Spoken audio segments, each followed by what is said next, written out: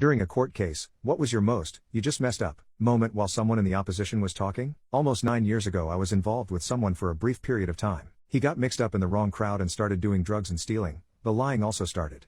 When I found out that he was involved in all of this, I decided to leave him. A month passed and I wasn't feeling too great, so I decided to take a pregnancy test, and guess what? Pregnant. I called him and told him the news. I didn't want to breathe a word to him, but it was the moral thing to do. He decided that he didn't want to quit the circle and lifestyle that he was currently living, so we both went our own ways. He chose drugs and I chose to raise my son on my own.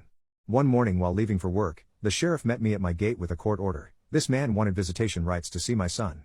I went cold. In those 2 years I was told about his stealing, criminal charges of domestic violence, armed robbery, drug selling, and complete horror.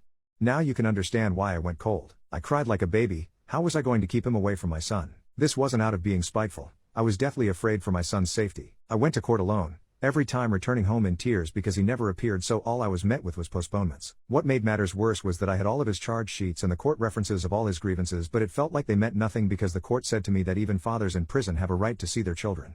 I was terrified. He started stalking my house and climbing on the roof whilst we slept. He sent me threatening messages, etc. Please let this be known that he has never seen our child and has never offered a dime toward my baby's upbringing.